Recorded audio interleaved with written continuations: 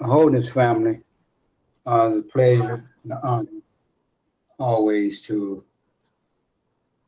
have the opportunity to express a few things online and share with us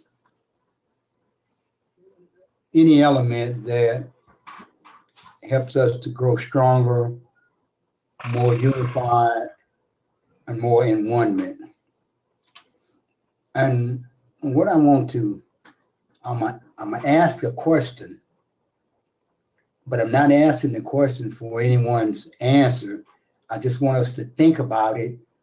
And then as you think about it, I want us to think just a little deeper, and I want us to see how we can relate it to what we're being taught online on a consistent basis, even though we possibly may, when you first hear it, not grasp it, but you will because it's all a part of, the overall revelation and manifestation of everything that we are being taught online. And the question is, have we ever considered why the scripture reference in Hosea 13?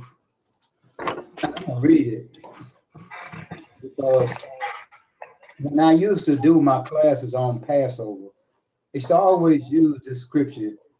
I don't care how many times I did Passover, because I understood it was a key to what we were trying to grasp about Passover. And it's in the 13th chapter of Hosea. And I'm sorry, the 12th chapter of Hosea. 12th chapter, verse 10. Hosea 12 and 10. And this is the question. I'm going to read the scripture, then ask the question. 12 and 10 of Hosea says, I have also spoken by the prophets, and I have multiplied visions and used similitudes by the ministry of the prophets. And I used to always, use that particular reference to help to gain an understanding about Passover. And all of us know about Passover and the lamb and all of that. And to this day, many of the old Hebrew camps still kill the lamb on Passover. Great argument, about the community here in Israel when, those of us that know the story about what happened to the actual lamb that was put up, for cleansing 4 days before Passover. The story has been told many times. But even though that was 50 years ago, 50 years later, we are still applying some of the same similitude. So, but the question is, have we ever asked ourselves why was similitudes or similitudes allowed or used by the prophet? Not asking for an answer, just want you to think about it. And probably it will come to you. And I'm going to give a couple more references. Matthew's 15th Matthew's, verses 2 through 9. Matthew's 23, 16 to 26. Now, these references are just for reading to try to allow you to grasp what is being said. But again, as we are being taught, that intellectually it becomes difficult to impossible to try to come up with the ancient symbols and their utilization. You're going to have to be intuitive, come into awareness of this. And the word similitude, they give a Strong's Concordance number of 1820, and the root of it is 1819. And the word is pronounced Dhamma. Dhamma. And Dhamma, when you look at the word, it starts to talk about something being represented, being like unto, being similar. Now, those are significant terms there as it relates to a term that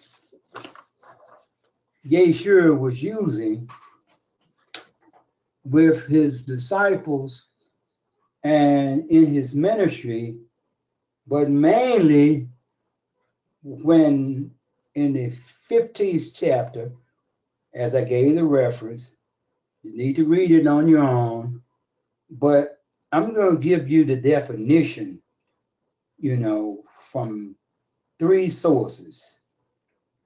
I'm going to give you Wikipedia. I'm going to give you Samuel P. Huntington book, Clash of Civilizations, and the Webster Dictionary. This word tradition, Yeshua stated, he said, why do you allow, they asked him, why do these Pharisees and Sadducees asked him, why did he allow them to, wash, eat bread and without washing their hands? Well, some people may say, well, he was relying on orthodox reason, orthodox in the sense of different from the time of what they were doing. And he said, well, why do you transgress the commandments of God by your traditions? So I'm going to give the definition of the word tradition first from Wikipedia, because I want us to think about this. And this is going to be very significant in the conversation that we had yesterday, that I think kind of got us, to a point that it's not very good, because it's not personal. But because of the traditions, it do become personal, in terms of the way we view things, in terms of the way we see things. And we got to get beyond traditions. For if we don't get beyond traditions, it's going to remain a personal issue, when any discussion come up that not, agreeable initially. It says tradition is a belief or behavior passed down with a group or society with symbolic meaning or special significance with origin in the past. I read again. Tradition is a belief or behavior passed down with a group or society with symbolic meaning or special significance with origins with an S on the end in the past. That's from Wikipedia. Now, initially you may miss the connection here. Now we go into the word culture. The word culture. I told Abu about 4 years ago. I told him, I said, Abu, whatever they define the mind as, it don't work for us. And he sort of played it, okay, now see, I hear you, and that was it. But listen to the definition of culture. Culture, development of the mind by education or training. So our mind is developed through training and education. That means then that it's not an organic something, but it's something that's developed through your training and your education. Then definition number 2 of culture. It said the sum total of ways of living built up by a group of humans and transmitted from one generation to another. Definition number 3, culture. It says civilization and culture both refer to the overall way of a people. And a civilization is a culture writ large. They both involve the values, norms, instructions, and modes of thinking to which successive generations in a given society have attached primary importance. Let's stop right there and think about the given society, the norms, values, and institutions and instructions,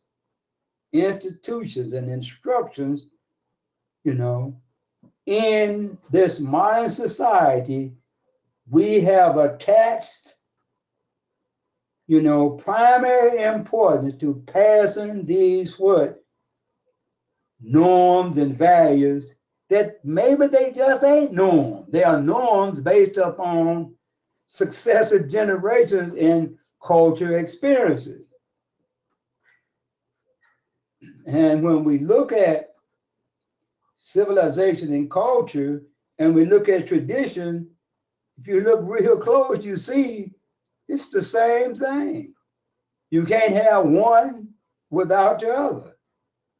Those are the traditions of the culture, and the culture is the tradition, and the civilization and the culture is all connected. And it's all about the development and training that would determine the outcome of your beliefs and your behavior. And this is very, very significant to why we raised the question about similitudes.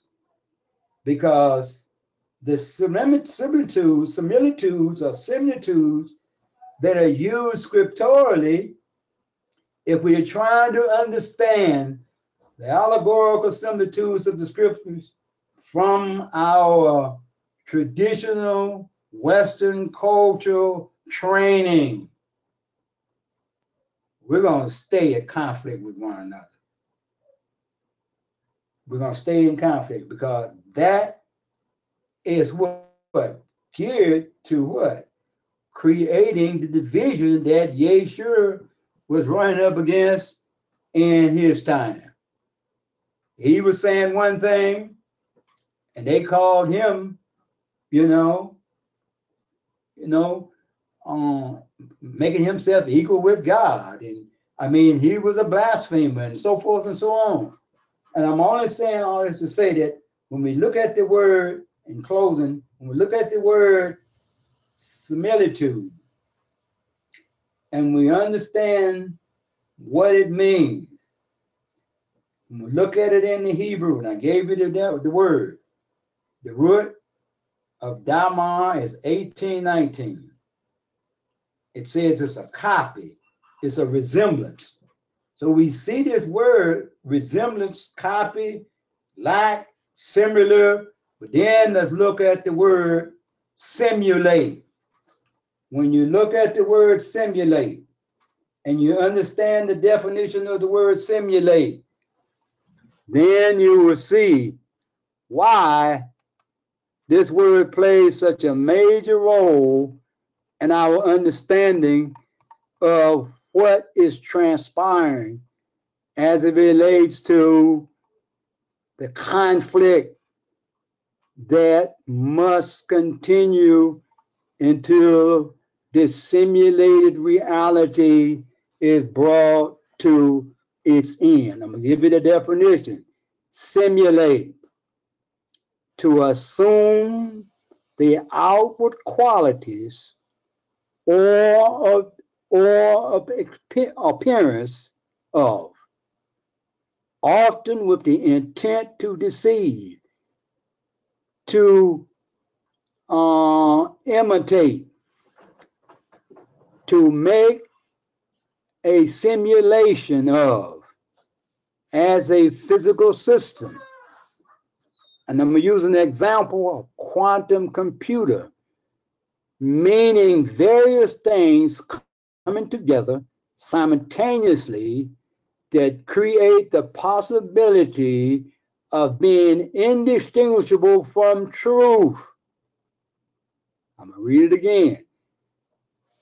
Simulate, to assume the outward qualities or appearance of, often with the intent to deceive, imitate.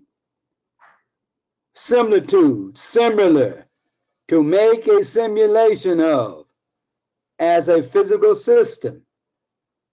An example, quantum computer, meaning various things coming together simultaneously that creates the possibility of being indistinguishable from truth. We find ourselves at this particular time in the simulated reality that because of duality, right and wrong, good and evil, this dualistic way of viewing things is what Yeshua was what? Confronting them in his day about. He was talking about unity, oneness, and wholeness, and they were what? Angry with him about how he was perceiving things and how he was guiding, them away from. They didn't like it. They didn't like it at all. Because the programming over a period of time, you have to what? Accept that programming and you have to play it. You have to play it because that's your education. That's your training. And that becomes what? Your commitment to your belief. Your commitment to your belief.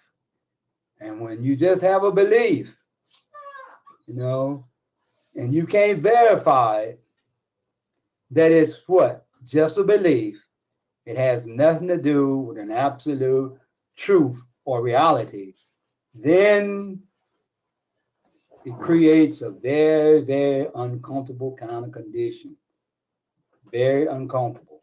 So, similitude used by the ministry.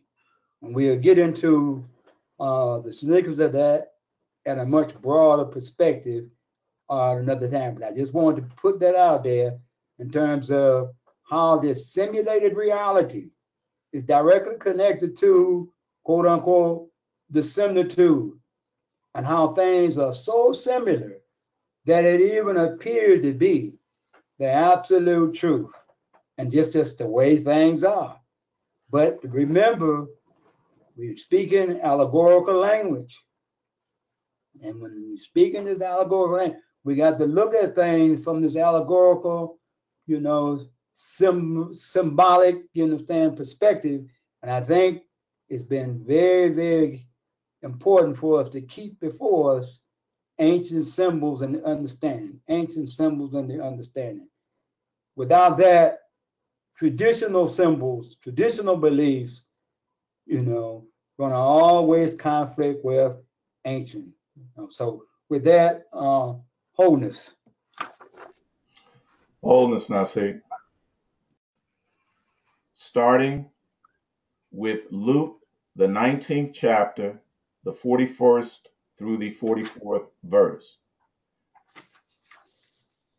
And when he, that is Jesus, was come near, he beheld the city and wept over it, saying, If thou hadst known, even thou, at least in this thy day, the things which belong unto thy peace, or the things which would bring about wholeness, but now they are hid from thine eyes. For the day shall come upon thee that thine enemies shall cast a trench about thee, and compass thee round, and keep thee in on every side, and shall lay thee even with the ground, and thy children within thee, and they shall not leave in thee one stone upon another. Why? Because thou knewest not the time of thy visitation. Now again, now see, the Jesus character is a symbol. Right. The Jesus character is an allegorical symbol, an allegorical character, someone that has not has never existed, but Right. he represents, as you stated and as you demonstrated in your portion, he represents what? A certain type, all right? A certain type that was what? Bringing something that was new, bringing something that was non-traditional, Right. and that what? Experienced conflicts and controversies. And you made it very clear in the scripture references that these were that these individuals that were the gatekeepers for traditions were the ones, and they were categorized as the scribes and the Pharisees and the Sadducees that all had Right. their particular ways of, or they all had particular programs that they were what? Representing. Right. And so it was always a source of conflict. So it's necessary for me to go back and to uh, give us an idea of the genesis of this all. It has to do with my experience because if I recall, no one on this call was there, correct? No. Mm-hmm. Right. So I believe it's necessary then to give everyone an understanding of the simple goals that I had in effectuating what we have been what we are enjoying now and what we have been enjoying for these many weeks and experiencing for these many weeks. These are the primary goals. They do not go beyond this. And I keep a laser focus on these goals at all times. The first goal is to tell each and every one of you, whoever comes on the line, exactly, word for word, what the ancestors told and tell me. I'm going to repeat that again. To tell you exactly, word for word, in the best way that I can. Now, see, because they speak in symbols. The ancestors speak in symbols. And so we have to, just as you said, familiarize ourselves and understand these symbols so that we can do what? Best interpret them to one another. Right. So the first goal, primary goal, is to tell you exactly word for word what the ancestors told me and are telling me. The second is connected to the first, is to connect you with your ancestors as soon as possible. Why? So that they can tell you word for word what they told me. Mm-hmm. So it's not necessary for me to speak all the time. Mm-hmm. But now, see, traditionally, we are used to one person, whether it's a preacher or a Preacher, yep. teacher Right. Come or a on. scribe or a Mm-hmm. Pharisee or a Sadducee or a deacon or a bishop. One person, we're used to that being the authority and telling us what thus saith the Lord. That is not Yeah. Right. my goal. Right. Right. Uh-huh. My goal is to connect you as soon as possible, sooner rather than later, with the ancestors. Now, see, that removes all conflict then. Oh, Mm-hmm. absolutely. Absolutely. Because if we are truly connected to the ancestors and both hearing from them in the proper manner, then guess what? There is no basis for conflict. Dang. Does it make sense? Absolutely. Absolutely. Number three is to assist you in manifesting the fullness of the power that is innate within you. But that will not happen, people, until you connect with your ancestors. It Absolutely. will not happen. The fourth is to Can affect can you repeat number 3? number three, and everyone will get these this outline as well. We'll get these notes to assist you all in manifesting the fullness of power that is innate within you.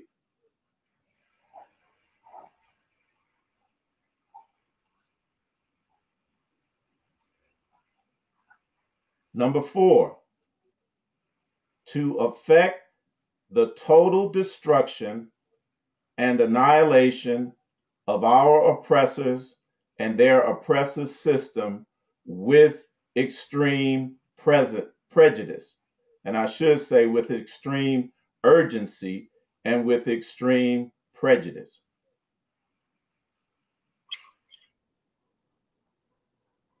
Now, if those four goals are controversial for anyone, this is not the right place for you. Absolutely. Absolutely. Yep. No doubt.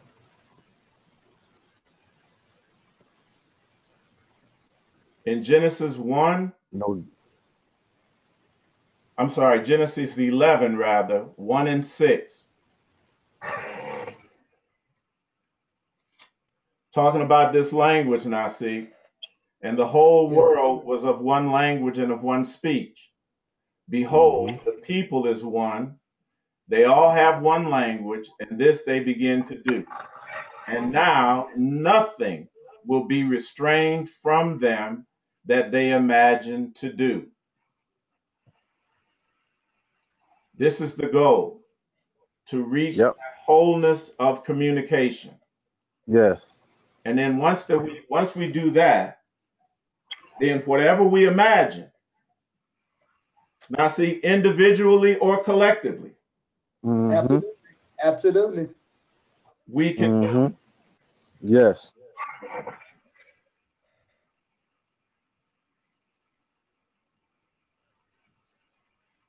Understanding how and why each of us are here on GoToMeeting right now. I'll go back more than a year ago, and at that time I didn't even know about an ancestor like that. Understand what I'm saying? They had been communicating with me, but based on my traditional programming and training, I didn't recognize it as the ancestors like that. They had been active in my life for decades, almost ever since I've been here. But I didn't recognize it. Now I can go back and recognize it. But it was about a year and a half, 2 years ago, when this concept or this reality called the ancestors began to manifest itself to me. And once I understood how to listen to them and how to hear, I understood, Nasik, that they speak through symbols. Right, And right. I started to educate myself on those symbols. Because if that's the language and I have a desire to talk to them, then I must understand the language of symbols. So I began to understand as much as I could about these ancient symbols. And lo and behold, the communication that was periodic became daily and then continuously. And then I began to understand that in the unfolded reality, we refer to them as ancestors, which they are. But the ancestral lineage leads us back to one thing in the enfolded world that Jesus referred to as the Father.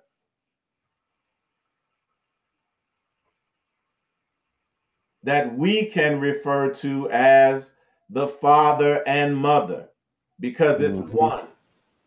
All right? That we refer to as our higher consciousness or our source. So I'm talking in the language that sounds dualistic, but when I'm talking to the ancestor about the ancestors or in reference to the ancestors, I'm just talking about our conduit that leads us back to what? Our higher self.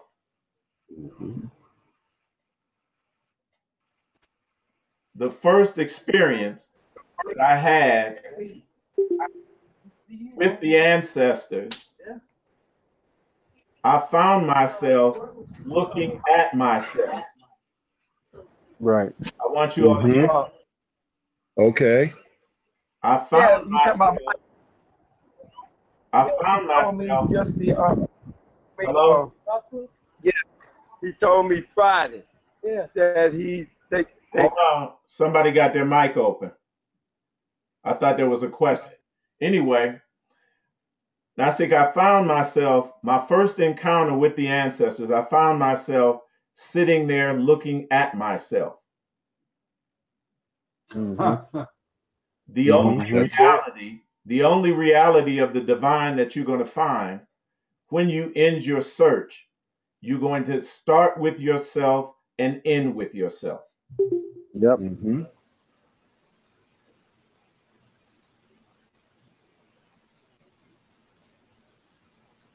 Reading from John 14 and 15. Verily, verily, I say unto you, he that believeth on me. Again, when I'm speaking about this, you have to have confidence in the God. You have to have confidence, Nasi, in the person that is telling you something that you don't know. Absolutely. If you do not believe in the person, you will not believe anything that they're saying. Right. And that will be a source of conflict. We're not talking about believing in terms of believing in a God or believing in this thing or believing in that. We're talking about having confidence in what you're hearing, no matter who's bringing it. Come on. But if we're stuck on tradition, now see, we have an idea in our head who should be speaking to us Yeah, yep, and yep, how it should become. It should come. We have a preconceived idea, absolutely. but the Bible tells us a jackass talked and told the truth. Right. Yep, So if you're focusing on something that is superficial and outward, and you have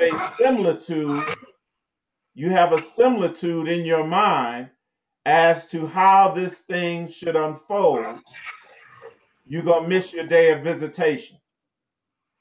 Mm-hmm. Uh-huh. And now, see, as a people, we've been on record for doing that Yeah. Mhm. on record, Mm-hmm. on record. because Mm-hmm. we've had in our mind a picture, each Yep. one of us, a different picture of how things should unfold.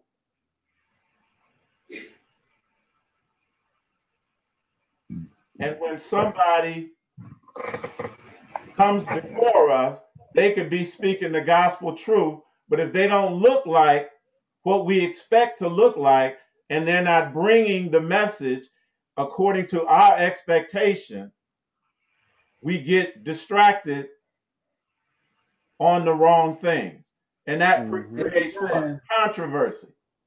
every time. We all have said this.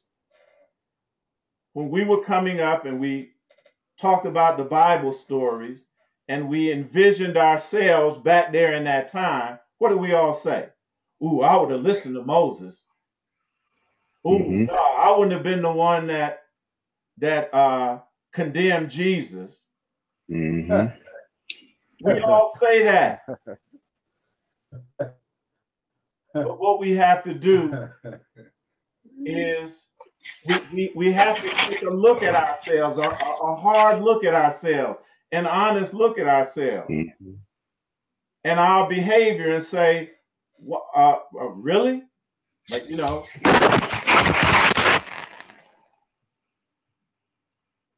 would I have really supported Moses? Mm-hmm.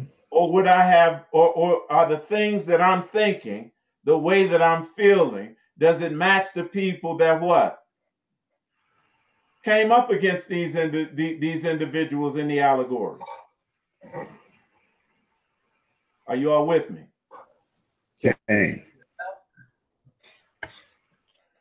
Stay. So when we look at how it is this developed, I began to listen more closely to the ancestors. And now see, I had a conflict with myself. And That's the first conflict. that was That's the first conflict. conflict. Because the things that they were telling me, the things that I was looking at, it diverted profoundly from what I had been taught and how I had been trained and programmed. So the first person that I had to deal with, you must understand this, was myself. Every time. And when I moved all of that garbage, or as much as I could out the way, as I moved it out the way, the communications and the teachings became what? More frequent and more detailed. And I began to see things and hear things like I never heard them or saw them before. And when this thing finally took form, if my Isha was here, she would tell you. She's at work now. But she would tell you, I would come to her and I said, man, I don't know if this is just for me or should I be teaching it? That's the conflict I had. But when it became clear that I should be teaching it, what I was taught first, Nasi, was the framework that it would be taught in. the historic framework and the prophetic framework, because you need a vessel or a vehicle to carry the information in. Yeah. And if I'm moving you, now see, from one vehicle or vessel into another, I have to have a vehicle to move you into. So that was established first. And that took the most time, because the frameworks that I had were established what? Over such a long period of time. Mm-hmm. So when I was ready, I knew that I was ready. When I was ready to move forward, I knew that I was ready to move forward. Why? Because I had heard clearly, organized the information within a framework, and began to teach. The first teaching venue that I used was YouTube. And now see, you and I we talked about this. And I would create the teaching. The first teaching that I did, I have it here. The serpent did not lie, debunking the doctrine of original sin and the fall of man. That was the first thing that had to be established. The first thing that they talked to me about. And they removed me from the framework of what? The doctrine of original sin and the fall of man. This was key. It was profound. Eitai, Okay. that we discussed this before you went into the university, that concept there. That was one of the concepts that we were dealing with Absolutely. Before you went in the university. And when I went into the university, it was for a purpose. I told my Isha that when I come out, I will have mastered this. And for 3.5 years, I mastered it. And I taught it in the university. And I taught it. Now, y'all, if you're familiar with the prison system, if you're familiar with the university, Bloods do not they do not associate with Crips. Muslims do not associate with Christians. Everyone has their own separate group. When I taught, I had Bloods sitting next to Crips, Christians sitting next to Muslims, NOI members sitting next to Sunni members, Rastas, Messianic Jews, Messianic Christians. Uh-huh. Are you all hearing me? Okay. So now, if you understand that, if you understand that system, you don't want to cause any controversy or conflict. Not in there. So Right. I'm well versed Right. with dealing Absolutely. with controversy and conflict. I don't mind. That's where I cut my teeth at. And when I came out, now see, as I had it developed, and I started teaching it on YouTube and on Facebook. Mm-hmm. However, when you're in the public forum like that, if anybody has done anything on public on social media, even if you just put a post up that made you feel good, you got to deal with every kind of fool in the book. Mm-hmm. And a multitude of opinions. Right. And after dealing with that and trying to deal with all these fools out here, now see, I say I don't have time for it. And the ancestors said, move it to a private setting. And those that that will come, we will send. Mm-hmm. So I had researched GoToMeeting.com beforehand when I was doing business. I had I got a subscription and was doing business on that site. And I said, man, this thing has developed so much. It's a great teaching site, and we indeed can do exactly within a private setting exactly what we need to do. So that sets the framework. That is the history of GoToMeeting. The first series that I did on GoToMeeting,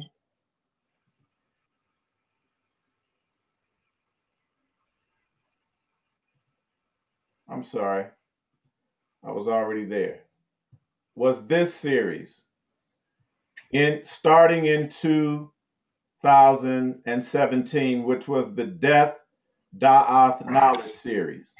And we did probably 17 sessions within that series.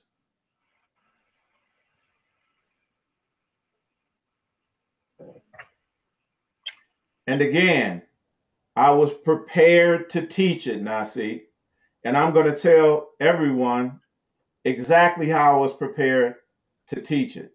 Again, all of the information as well as the framework for the information was given to me word for word by the ancestors.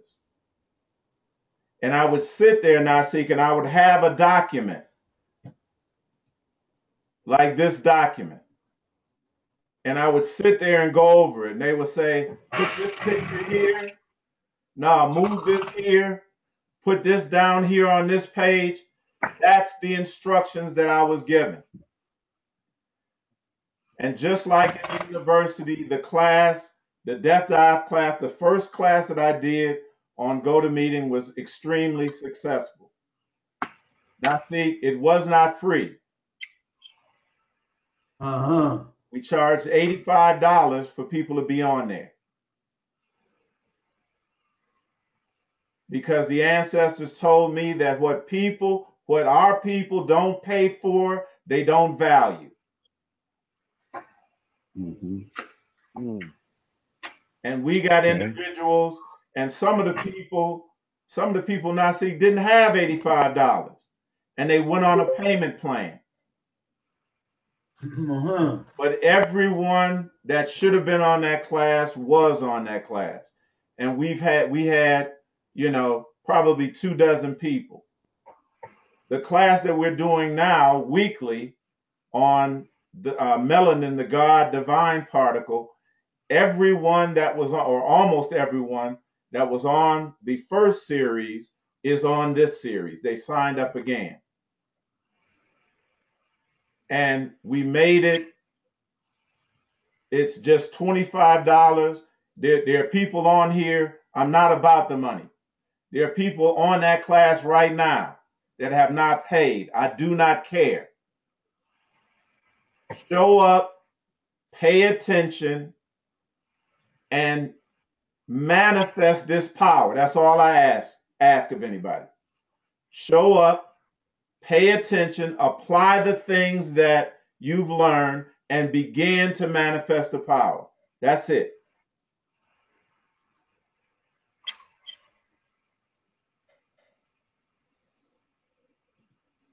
So any teacher is going to be equipped to teach. Any teacher or preacher of the word, before you step out there, the ancestors are going to equip you to teach. Titus 1, 7 through 10. For a bishop must be blameless, as the steward of God, not self-willed, not soon angry, not given to wine, no striker, not given to filthy lucre, but a lover of hospitality, a lover of good men, sober, just, holy, temperate, holding fast, listen, the faithful word as he has been taught, that he may be able by sound doctrine, I want everybody to listen, to both extort and convince gainsayers. So the fact that there is conflict and controversy is nothing new to me. I walked into this thing understanding how controversial the material was.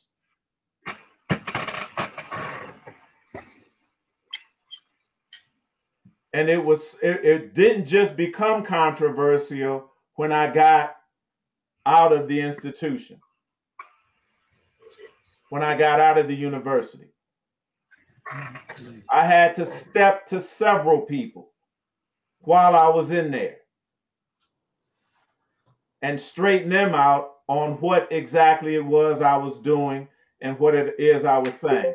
I had some Christians and some European Christians and white supremacists say that I was teaching racial hatred.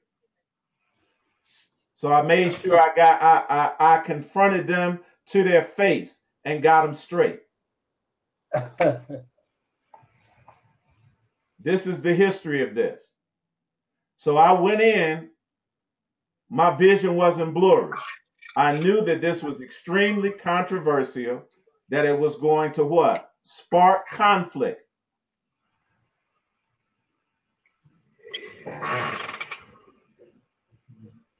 But any teacher that has been taught of our ancestors is able to, by sound doctrine, I see, not by arguing, but presenting sound doctrine to both extort and to convince gainsayers. We're going to concentrate on this word gainsayers as we go forward. For there are many unruly and vain talkers and deceivers, especially they of the circumcision. Let me ask you, is circumcision a tradition? Absolutely. So you understand exactly who we're going to have a problem with.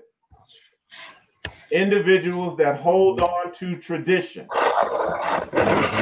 And Mafia, we talked about this yesterday, and we're going to explore this further teaching. Right. See, we have, everybody is on here talking about ego. And not everyone has a proper understanding. We have a popular understanding of the word ego. But we don't have an understanding of the word ego as our ancient ancestors taught us.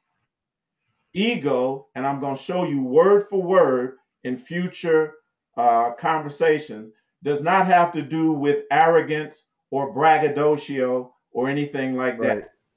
Right. It's a common misconception. Talmid, if I'm bragging about something and can back it up, it's not ego. I'm speaking the gospel truth. Right. If I'm super confident about something and I can do it, I can demonstrate it, and it's coming out my mouth that I can demonstrate it, that's not ego. No.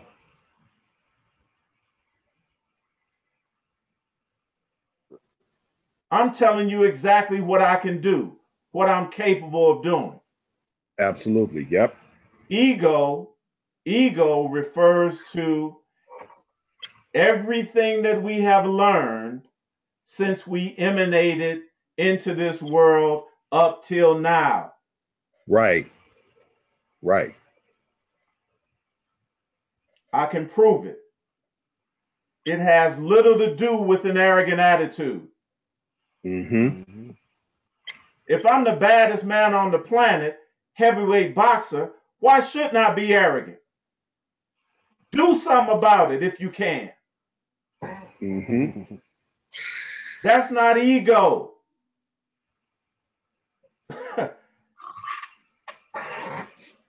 If somebody get into Mike Tyson's face when he was the heavyweight champ in his prime, and he says, you better get out my face before I knock you out, that's not arrogance. That's not ego. He's telling you what he can do. Yep. Ego is everything that we're, according to our ancient ancestors, because this is where the term, this is how they define that aspect of our personality, everything that you've learned and been programmed up till now. Yep. That's how they defined ego. Mm-hmm. So, this word gainsayers. See, individuals that have been taught, as Yeshua said, of the Father, or that the Father is just another word for the ancestors. If you've been sent on a mission, let me ask you, are y'all going to send somebody on a mission that's not prepared? No. You don't do that. If Of course not. No. If it's an important mission that has to do with saving someone, are you all going to send somebody out, the worst candidate that is not prepared, or are you going to make sure the individual you send is fully prepared? Yeah. Are you all? Got to make sure they're ready. So prior to me doing this, I had been prepared. Now you can either believe that or not believe it. But the proof is in the pudding. Let me ask you all, has anybody been helped by hearing this teaching? Of course. Absolutely. I'm not talking about myself. I'm putting forth, Nasik, the teaching. Absolutely. It's got to come through someone. Mm-hmm. I remember coming up playing basketball in Cleveland, Nasik. I think you remember this. You remember that the Muslims developed a sports program. It was called Each One Teach One. Right. Yes. So Yes. whether it was boxing, when I went to the PAL Center, they had people my age that they had instructed and prepared teaching me. Now I could have got all in my body and said, this guy's my age. Why is he teaching me? But I wanted the knowledge, and I see. Mm-hmm. So I put aside that superficial thing, and guess what? Right. I got taught how to box.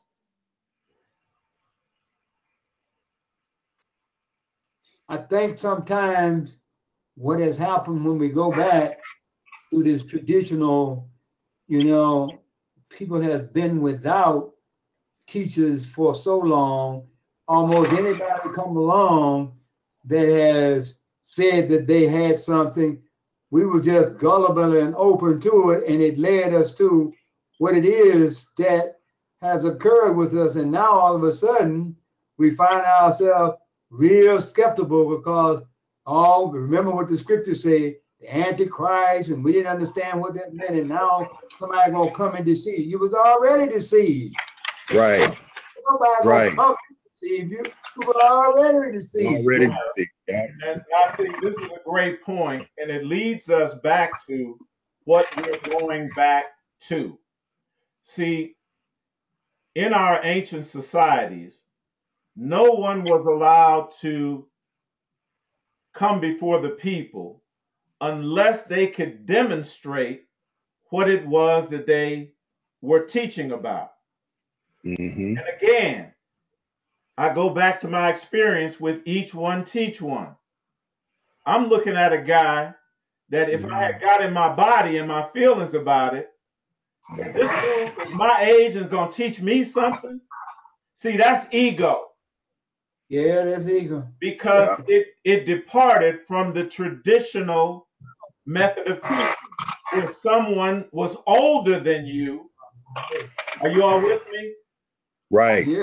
That had experience taught you how to, but that's how I learned how to box, and I learned well. And the each one teach one was it taught us again to subvert that ego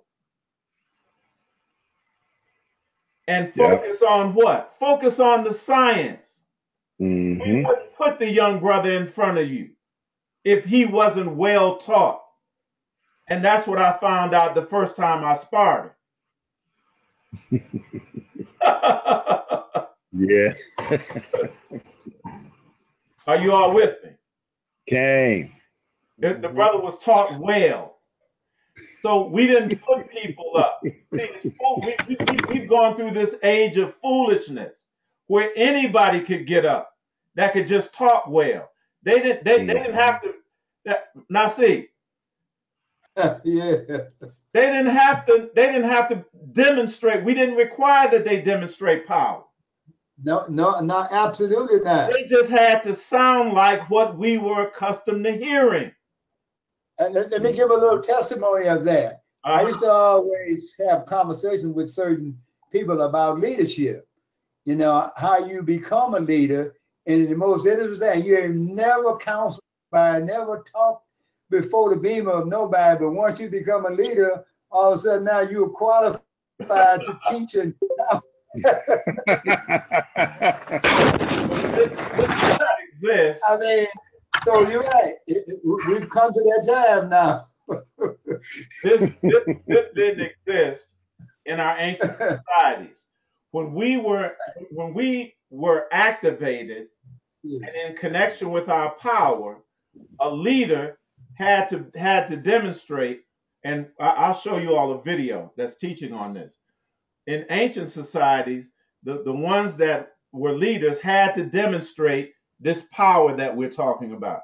They had to move a heavy object with their mind. They had to be able to demonstrate the power. Then we allowed them to teach us. Why? It's self-evident. Because I want to do what you just showed me that you can do. But see, that's not our tradition. Our tradition, we want it in a particular way. And when it does not come in that way, what do? It's cause for controversy. That we have to gainsay the individual based on what an idea that we have in our mind and what we're used to hearing. Are you all with me? Came. So let's go to Ezekiel. And the first 3 verses here in Ezekiel is talking about the symbolically about the preparation process that individuals must go through. The first 3 verses are symbolic of a preparation process, and you're going to see a lot of symbols. And later on, I'm going to familiarize you with these symbols, especially the phrase "as sweet as honey in my mouth." Very important. Moreover, he said unto me, Son of man, eat that which thou findest. Eat this roll. The roll is a scroll or a book, and speak unto the house of Israel. This is the preparation process that one must undergo before you speak. So I opened my mouth, and he caused me to eat that roll. And he said unto me, Son of man, cause thy belly to eat, and fill thy bowels with this roll, that I give thee. Then did I eat, and it was in my mouth as honey for sweetness. Again, that is a moedim. That is a Mm-hmm. that is a critical sign and symbol. Sweet as honey in my mouth. I'm going to teach about that on a later date. All right. But we had to take a step back now, see, so that we can understand the nature of the thing that we are all involved with. On these daily calls, no one pays anything. This is free. And no one is required to come. Is that not true? So it Okay. must mean that we are here of our own volition and free will. Right. But again, we must understand the nature of what it is that we are involved in. And maybe we won't want to be involved with it. Have you all understand it? Okay. So the first 3 verses are about the preparation to speak. And he said unto me, Son of man, this is another preparation. Because the ancestors were very clear as to informing me. They were very, how should I say, candid in informing me exactly what to expect with the information. And he said unto me, Son of man, go get thee to whom? The house of To the Israel. house of Israel. Okay, play this in your mind. Dun dun dun. And speak my words unto them. For thou art not sent to a people of strange speech and of an hard language, but to the house of Israel, not to many people of a strange speech and of an Mm-hmm. hard language, whose words thou canst not understand. Surely, if I had sent you to them, they would have hearkened unto you. But the house of Israel will not hearken unto thee, for they will not hearken unto me. For all the house of Israel are impudent and hard-hearted. Behold, however, behold, I have made thy face strong against their faces, and thy forehead strong against their forehead, as an adamant, harder than flint, have I made thy forehead, fear them not. Tell you a little something about me. I had that head, that hard head, before I was sent.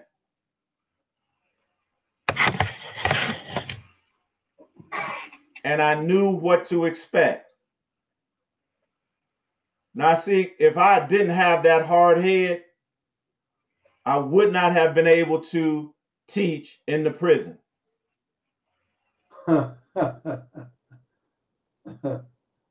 it was not all kumbaya. And you all know that you can get into a conflict in there that is life-changing.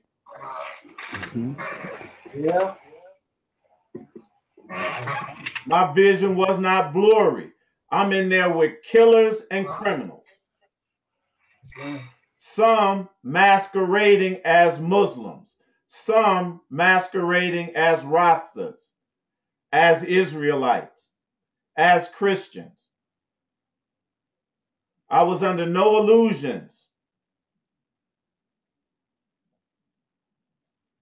You have to have a hard head. You cannot be hypersensitive.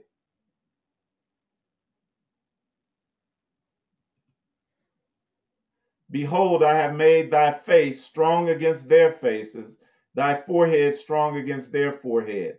As adamant, harder than flint, I have made thy forehead, fear them not. neither be dismayed at their looks, though they be a rebellious house.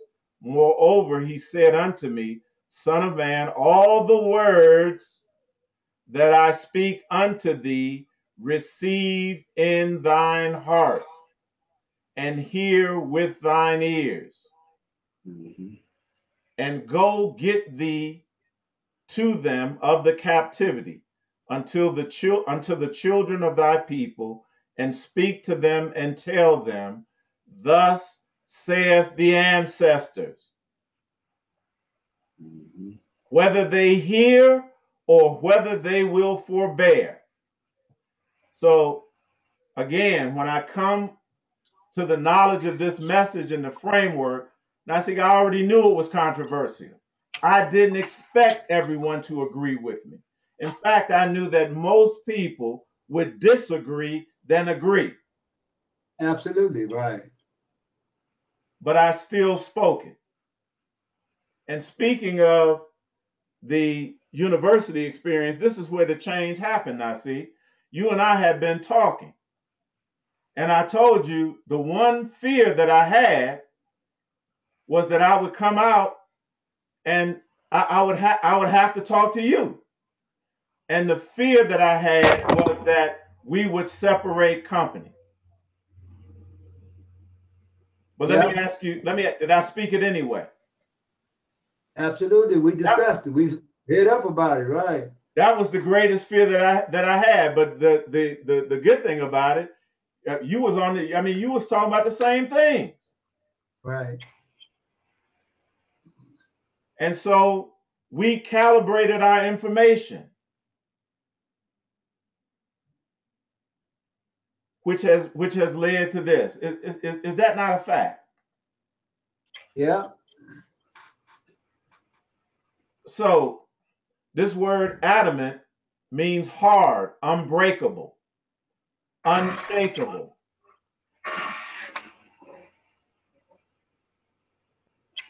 Matthew 7:28-29, and it came to pass when Jesus had ended saying these things, the people were astonished at his doctrine. This is very important for everyone to hear. For he taught them as one having authority, not as the scribes. I want everyone to hear this. And I'm going to ask the question. When someone makes a statement of authority on spiritual or alchemical or cosmic things, is that ego? No. No.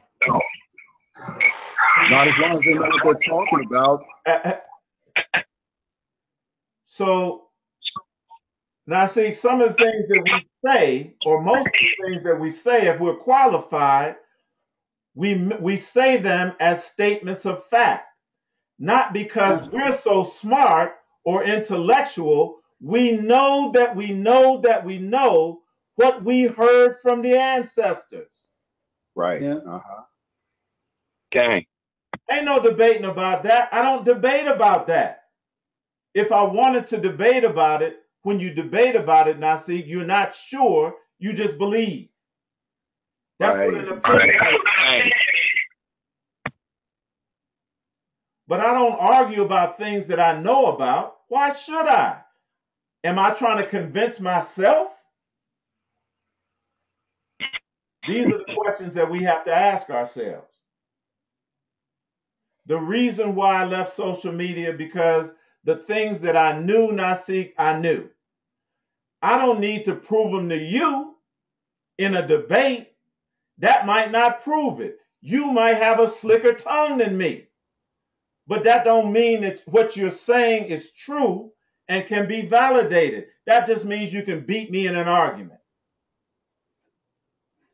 And I confess, I'm not the greatest arguer. So the things that I state with authority, I'm certain about them. And I don't debate them. What I'll do is prove the worth of my statement by what? We already read it. with sound doctrine. If it does not fit within the framework prophetically or structurally that we have made clear and that we make clear daily, then there's a cause for concern. But if it fits through sound doctrine into that framework, I'm not arguing with it. Look at it. Look at it yourself. Examine it yourself. And if you have respect for and confidence in the framework, then you should have respect for anything new or strange sounding that you hear from me.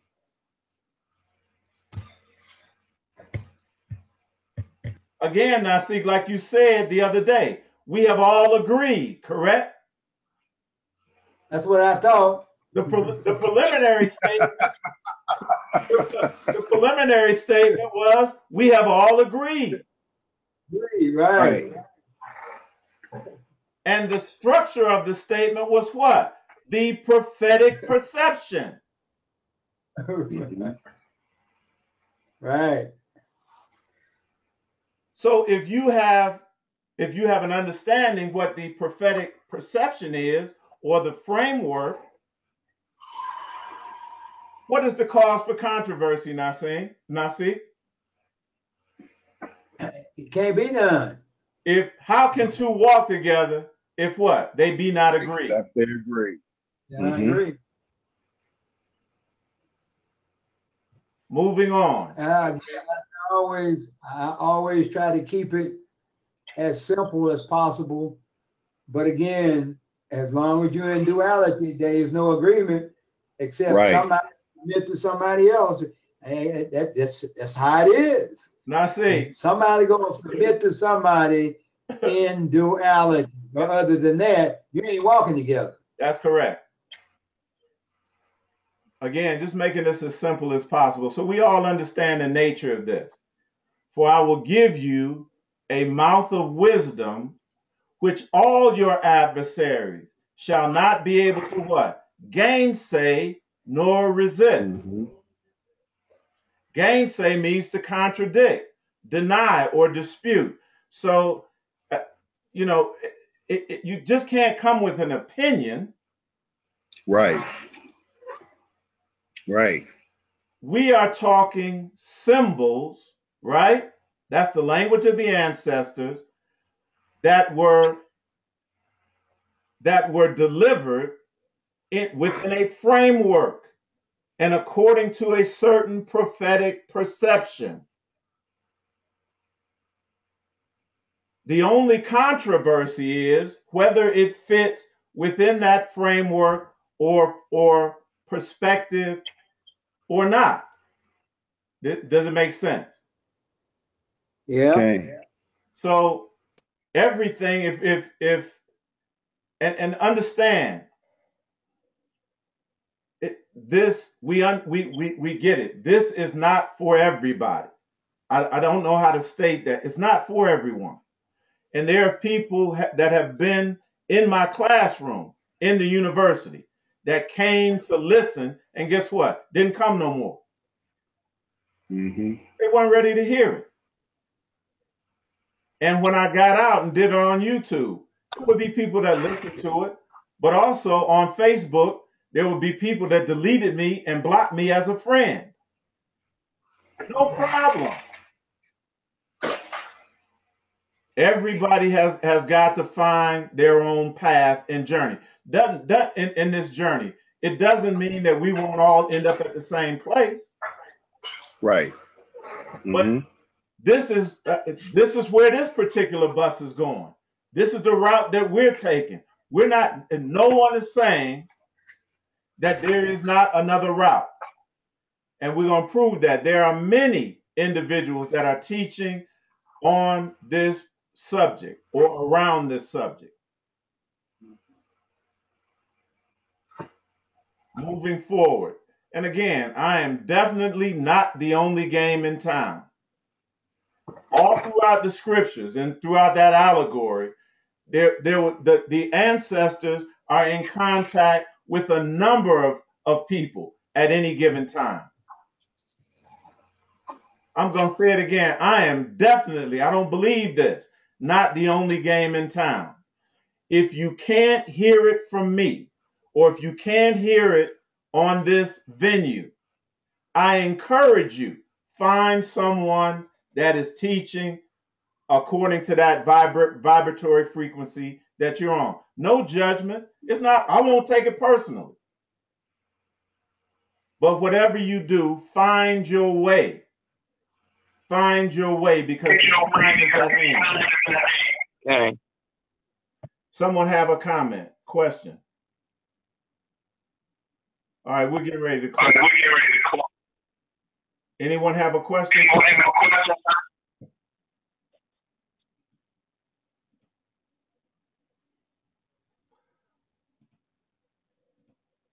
Miss Uri, you trying to get on?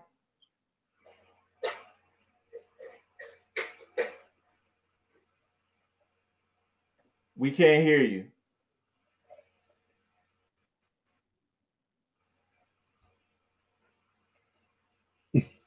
We can't hear you, Miss Uri. Call on the phone. Call on the phone. Just call on the phone, and we'll get to your question.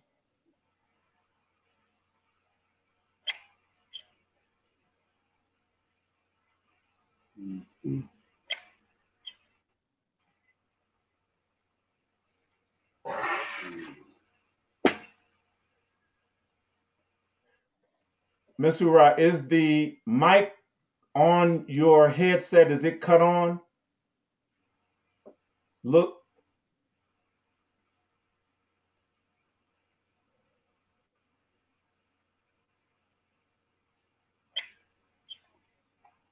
And is there a switch on your headphones that as well on the earpieces themselves?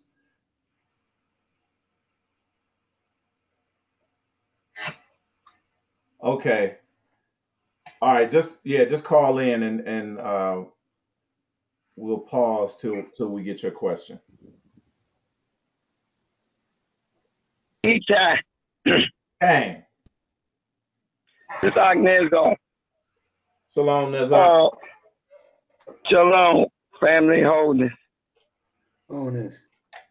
I was just listening to you talk today, and it took me to a writing from Kohen Ravia. Okay. I don't know if you read that book that he wrote, Perspective of the New Genesis. No, I have not read that. Go ahead and share that. Well, I was just going to say, if you get that book, he talked about letting us all be clear.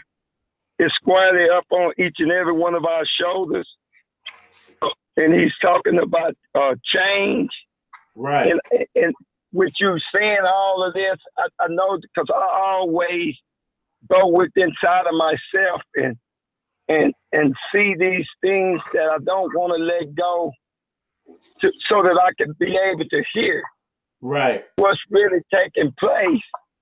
But he does a good job. I would recommend everybody to read that book. But on the last page, on page 35, and he's just quoting some of the things that Abba Ben Ami said. But one of the key things was unlearning all that we've learned. Correct. If we're not able to do that, we're not going to be able to receive anything new. Anything. Right. Uh-huh. That's correct, brother. So I was just wondering, that's a good book to read. I mean, we read all these other books, but Kohen Ravia did a real good job with that book. I'll make sure that I get that and read it, shows. Mr. Wright, ready?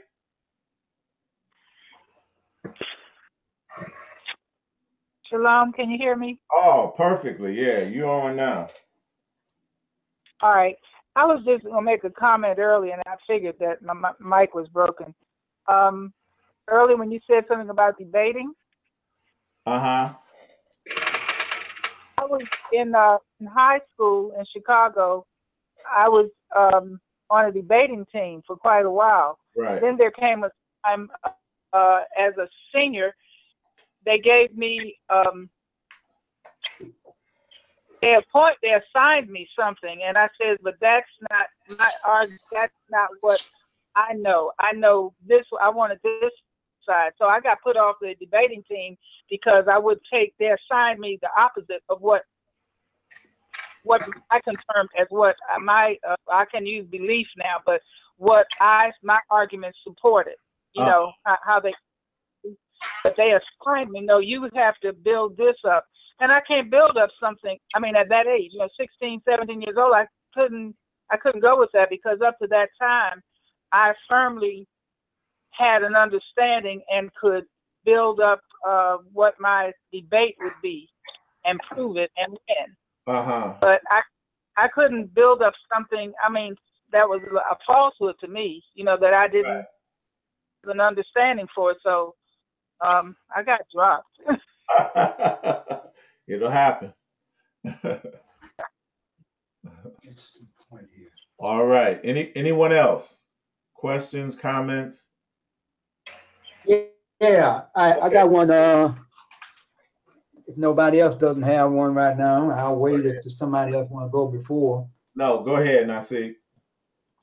I'm reading from Dehumanization, and again, it all goes back. I want to keep saying what happened yesterday, and the things that I said and the things that Eitai has continued to say. I'm gonna go to Dehumanization, page 7, and quite an interesting point. He says, subsequently, salvation now refers to the conceptualization of a complete makeover of the Yah species, molecule by molecule, cell by cell, organ by organ. The focus once given to sin and iniquity has to now give way to the need to create a living soul and replenish the earth with those of a completely new, and he have mind, but I'm gonna say consciousness and character. He said, now here's the point. The building of a new earth is actually the dismantling of the present social order, piece by piece, thought by thought, feeling by feeling, and it must be dismantled at an accelerated rate if we are to survive. Absolutely correct. Now, see, there's a sense of urgency to this. Absolutely. And we have to, and this is my goal again, to get us to this power, to activate this power to an extent that we are manifesting it in a meaningful way.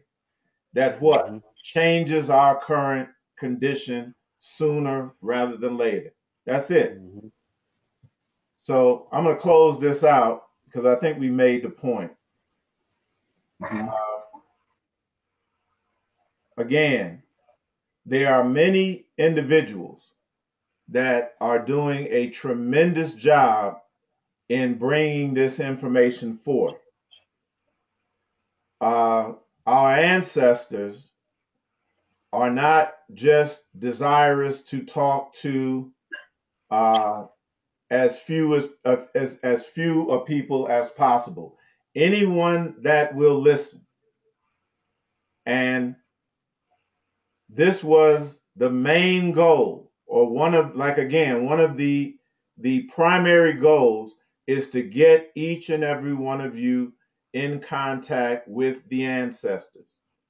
The more, the merrier. The more, the better. Because we can do, as Abba indicated.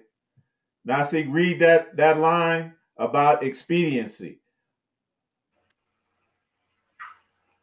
That rose up, we didn't hear you. Yeah, it was buffering. But read that line again about the need for urgency in this. He said, the building of a new earth is actually the dismantling of the present social order, piece by piece, thought by thought, feeling by feeling, and it must be dismantled at an accelerated rate At an if we are. accelerated rate. Yes, sir, at an accelerated rate. And what's going to accelerate this is our connecting to our ancestors. Then we can spend less time teaching and learning and more time just on this call. Listen, family, testifying to our individual manifestations of power and victory. That's the goal. In what? Tearing down this present system. Okay. So, Romans 10, ending with Romans 10 and 16 to 21, but they have not all obeyed the gospel. For Isaiah saith, Lord, who hath believed our report?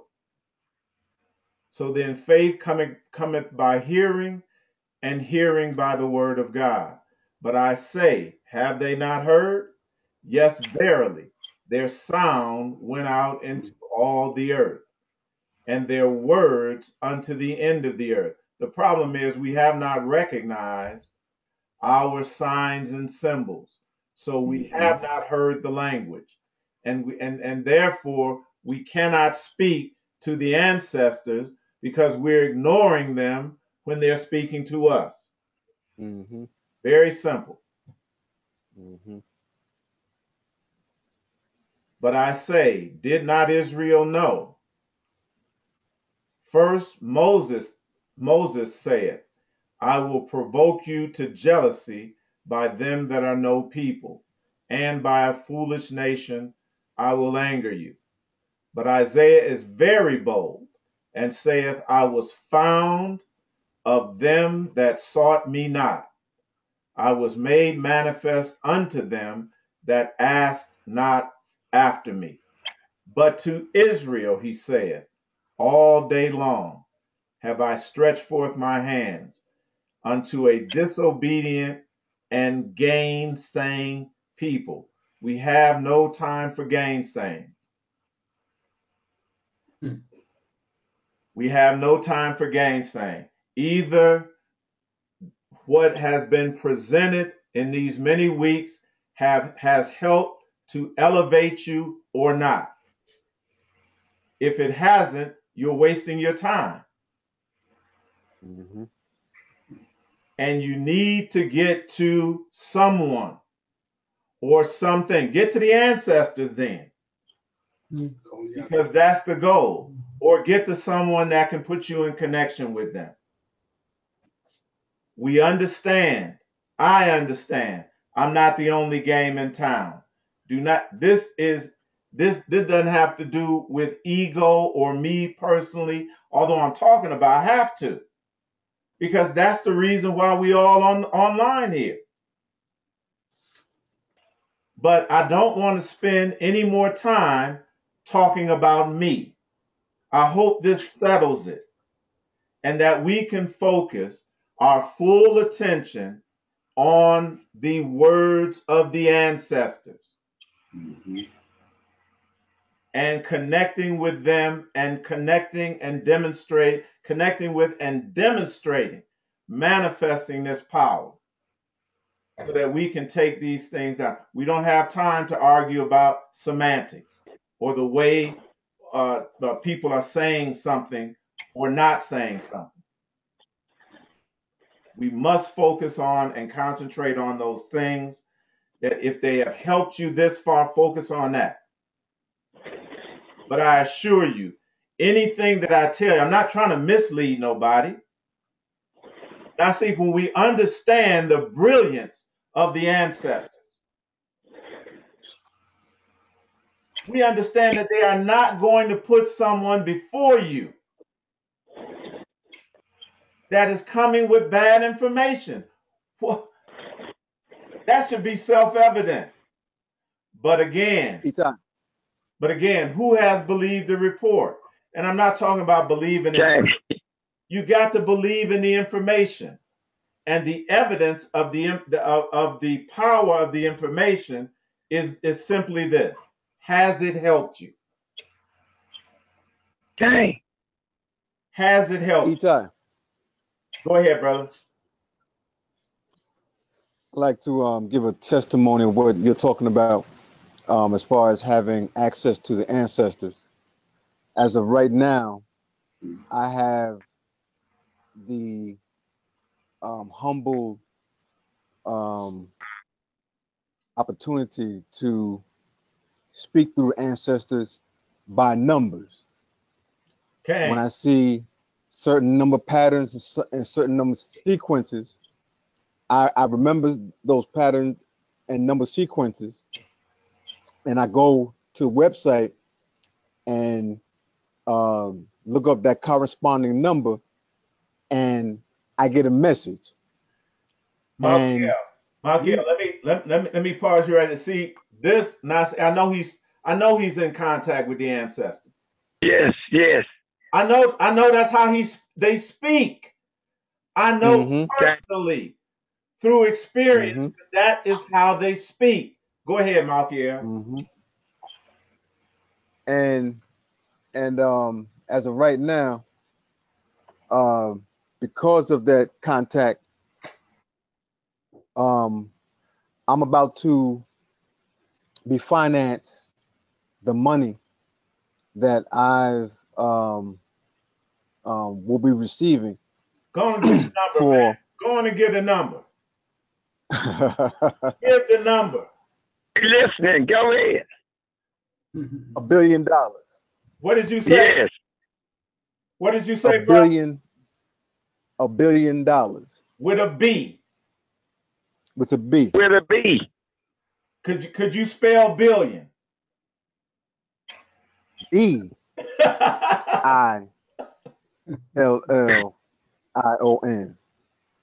And it's in harmony with what I was given on this journey. And I was given the seed of the Restoration Village by Ben and me. And now I've have expanded on and extended and strengthened that vision with my vision of the Global Village Initiative. And that came to me in 2009.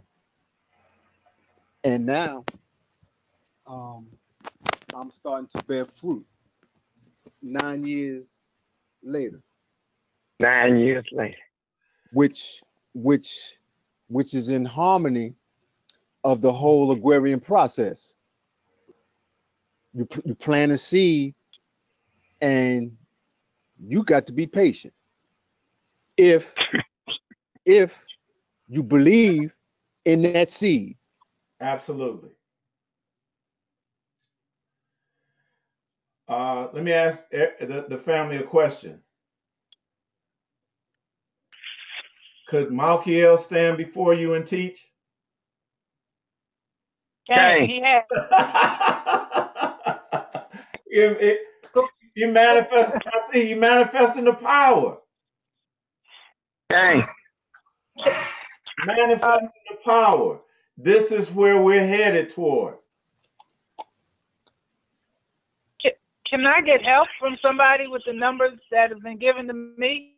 Because just after today's lesson, I realized, and the testimony that Malkiel just gave, am I realizing that that's what the numbers mean that have been given to me? But I need help.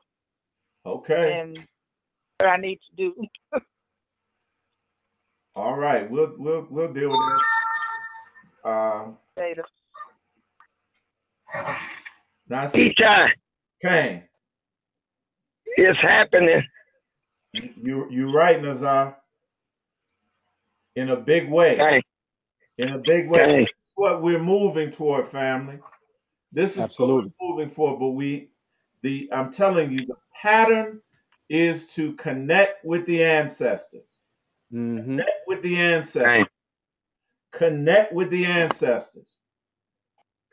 And they will help you along your path. I'm confident in knowing that it will happen. Eitai, I'd like to also share when you say connect with the ancestors, also remember connect with the ancestors in any form. Correct. Absolutely.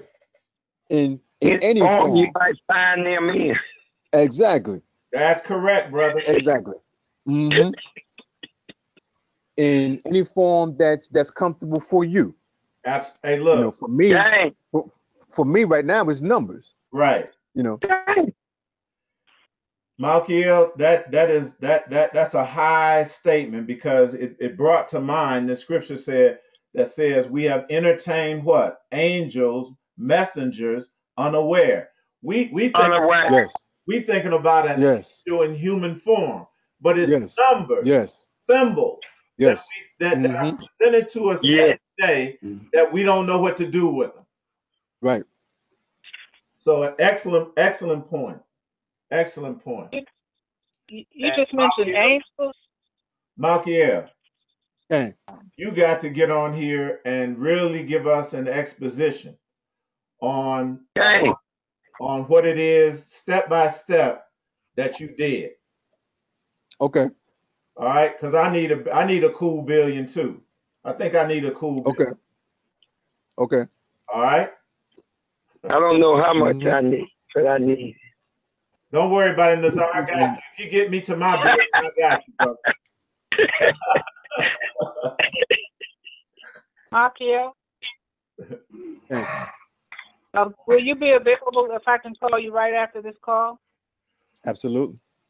All right. So I want to make sure I have the right number. Let me look. Yeah, he's the number man too. And really, Eitai, it's actually simple. Right.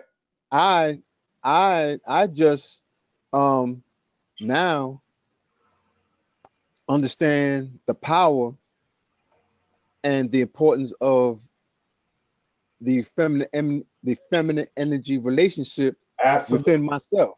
Absolutely. Dang. Hallelujah. It's that simple. Right. So one quick thing, and then we'll go. We'll close out, family. And it's just to say Can I make a number for Makiel, please? Makiel? Yes. Yeah, it's number 20204874846. Yes, ma'am. All right, hold on.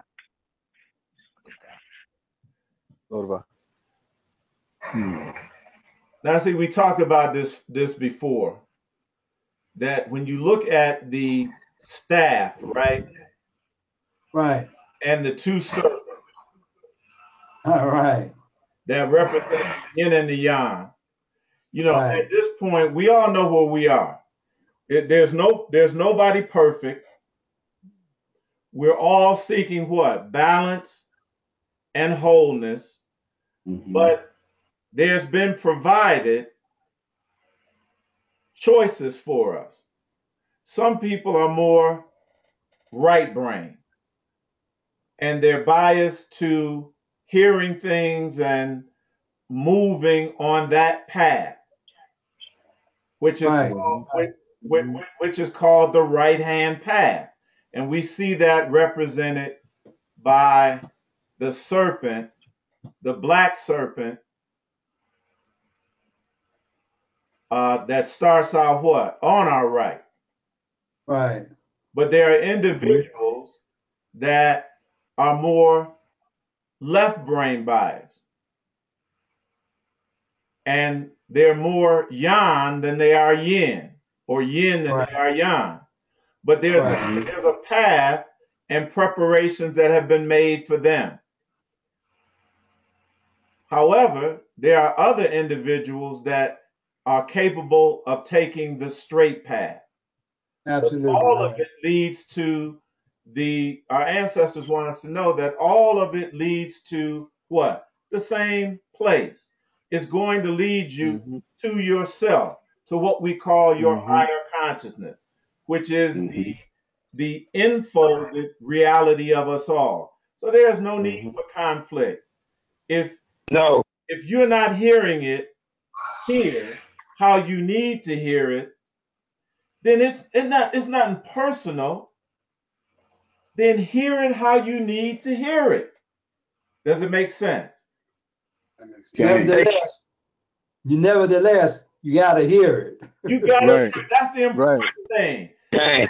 That's all we want you to do. And I see we are all trying our best to what? Hear it first. Right. And then allow you to hear it. Right. And when we all, we are all going in the same direction. Shouldn't be no conflict and no controversy about that. But we got to we got to examine ourselves.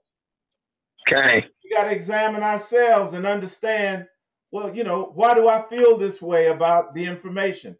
It might not mean that you're that you're in conflict with the information. You're just not hearing it how you need to hear it. And it's difficult and it could be frustrating.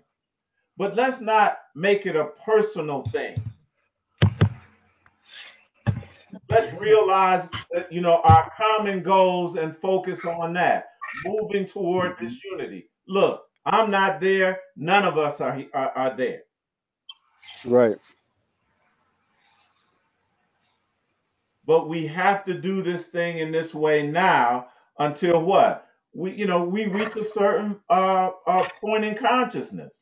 Understand, this is not the goal. Next year, I hope we are not on GoToMeeting. Right. Yes. Absolutely. I hope we can jump on a private plane and be anywhere in the world that we want to be at any given time period. Or not jump on a plane. Absolutely. Have the ability to astro travel. Absolutely. Absolutely. That's real. But That's we real have talk, to take these steps. These steps to wholeness. All right? Okay. Okay. All right. Peace and love.